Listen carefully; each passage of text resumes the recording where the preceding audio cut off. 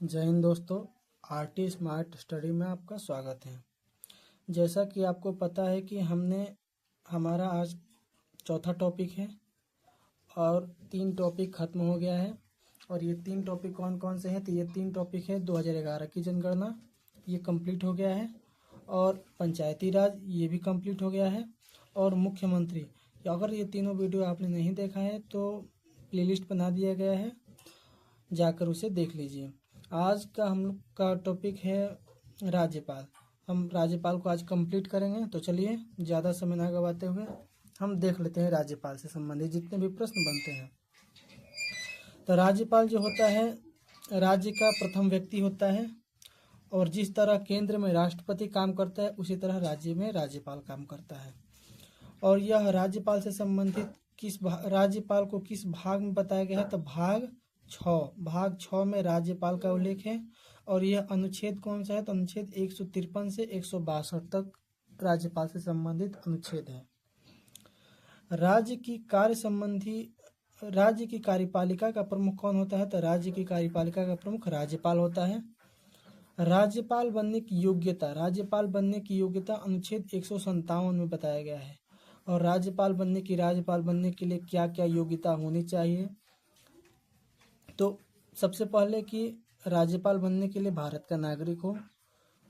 दूसरा कि उनकी आयु 35 वर्ष हो, यानी कि राज्यपाल बनने की न्यूनतम आयु कितनी होनी चाहिए? 35 वर्ष। तीसरा कि कोई लाभ का पद नहीं हो, कि ये भी पद पे हैं और राज्यपाल के भी पद पर रहेंगे, तो ऐसा नहीं है। अगर राज्यपाल बनना है तो कोई भी लाभ के पद पर नहीं होना हो। चौथा बात है कि विधानसभा सदस्य चुने जाने योग्य हो। तो राज्यपाल की ये सारी योग्यताएं हैं। अगर ये सारी योग्यताएं किसी व्यक्ति के अंदर है तो वो भी राज्यपाल बनने के लिए योग्य है। आगे देखते हैं कि राज्यपाल से संबंधित शक्तियां, यानी कि राज्यपाल को कौन कौन सी शक्तियां प्रदान की गई हैं? तो कार्यपालिका संबंधी शक्तियां प्राप्त है, विधायी अधिकार संबंधी शक्तियां प्राप्त हैं, न्यायिक अधिकार संबंधी शक्तियां प्राप्त हैं, और वित्तीय अधिकार संबंधी शक्तियां प्राप्त हैं, और आपात शक्तियां प्राप्त है। लेकिन मृत्यु दंड जो होता है, मृत्यु दंड को सिर्फ केवल राष्ट्रपति ही माफ कर सकते हैं, राज्यपाल माफ नहीं कर सकते। ये मृत्यु दंड को माफ नहीं कर सकते, आप ध्यान में रखिएगा। राज्य के महाधिवक्ता की नियुक्ति कौन करते हैं? तो राज्य के महाधिवक्ता की नियुक्ति राज्यपाल करते हैं। तो ये बहुत ही इंपॉर्टेंट सवाल है। तो राज्य के महाधिवक्ता की नियुक्ति कौन करते हैं? तो राज्यपाल करते हैं। आगे देखते हैं अगला प्रश्न कि राज्यपाल की नियुक्ति। तो राज्यपाल की नियुक्ति कौन करते हैं? तो राज्यपाल की नियुक्ति राष्ट्रपति करते हैं। और किस अनुच्छेद के तहत? अनुच्छेद 155 के तहत करते हैं। राज्यपाल की कार्यकाल, यानी कि राज्यपाल कितने वर्षों तक राज्यपाल के पद पर रह सकते हैं? तो 5 वर्षों तक। राज्यपाल का वेतन कितना होता है? तो 3,50,000, यानी कि 3.5 लाख राज्यपाल का वेतन होता है प्रति महीने। अगला प्रश्न है कि विधानसभा को कौन भंग कर सकता है? तो विधानसभा को अगर प्रश्न पूछेगा कि विधानसभा को कौन भंग कर सकता है, तो राज्यपाल। तो राज्यपाल क्या कर सकते हैं? तो विधानसभा को भंग कर सकते हैं।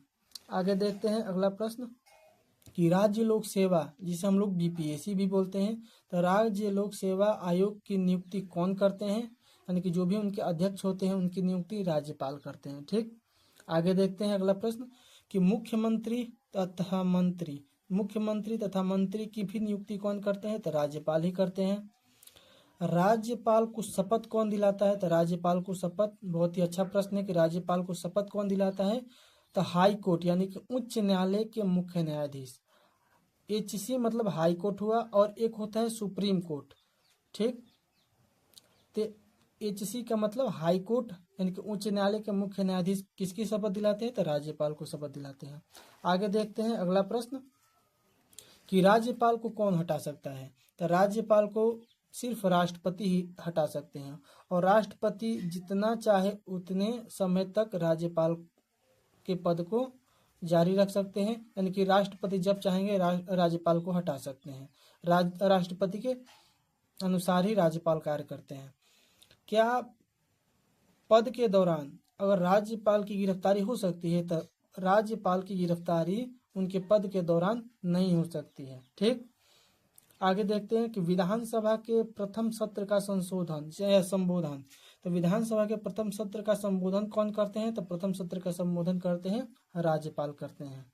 ठीक, आगे देखते हैं अगला प्रश्न कि राष्ट्रपति शासन के दौरान राज्य की शासन व्यवस्था किनके हाथों में होती है? तो राज्यपाल के हाथ में होती है।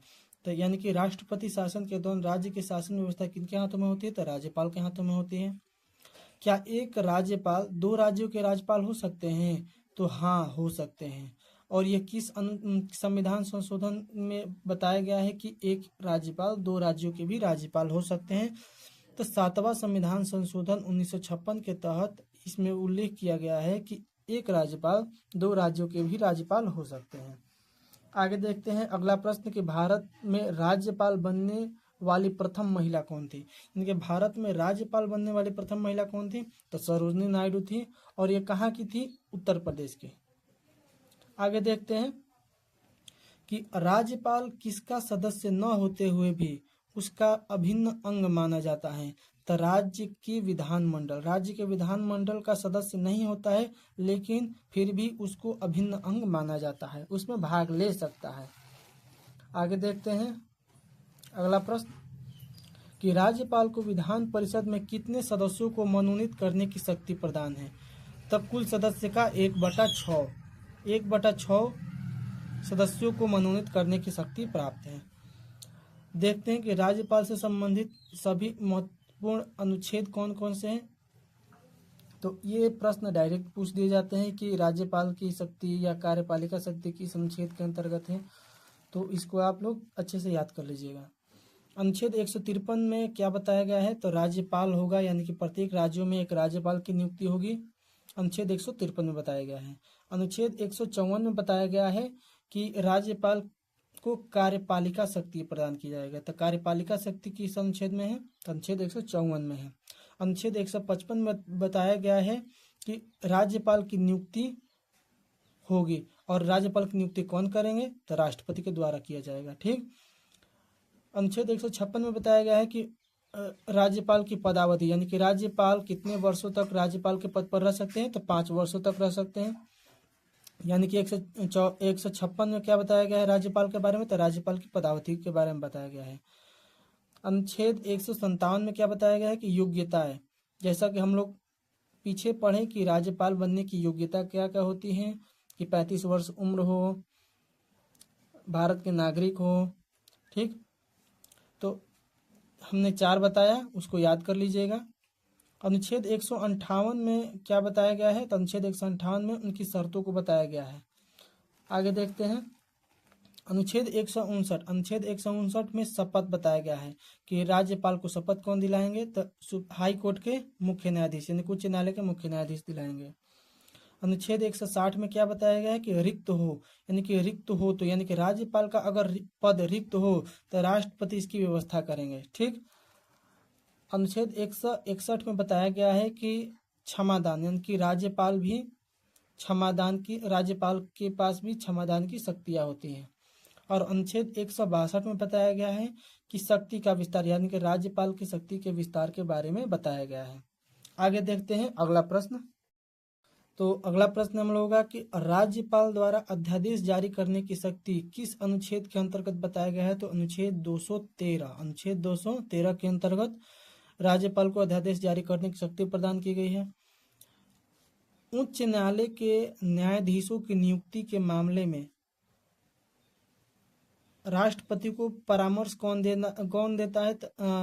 देता है या किस अनुच्छेद के तहत राज्यपाल देते हैं? तो अनुच्छेद 217 के तहत देते हैं। जिला न्यायाधीशों की नियुक्ति करना, ये किस अनुच्छेद के अंतर्गत बताया गया है? तो अनुच्छेद 233 के अंतर्गत बताया गया है। और न्यायिक सेवा के अधिकारों की भर्ती करना, यह किस अनुच्छेद के अंतर्गत बताया गया है? तो अनुच्छेद 234 के अंतर्गत बताया गया है। तो राज्यपाल से जितने भी महत्वपूर्ण इंपॉर्टेंट प्रश्न बन सके इस वीडियो में आप लोगों को दिया गया। अगर ये वीडियो आप लोगों को अच्छा लग रहा है तो सब्सक्राइब कीजिएगा, साथ ही साथ लाइक और शेयर अपने दोस्तों के पास जरूर कीजिएगा। धन्यवाद। जय हिंद।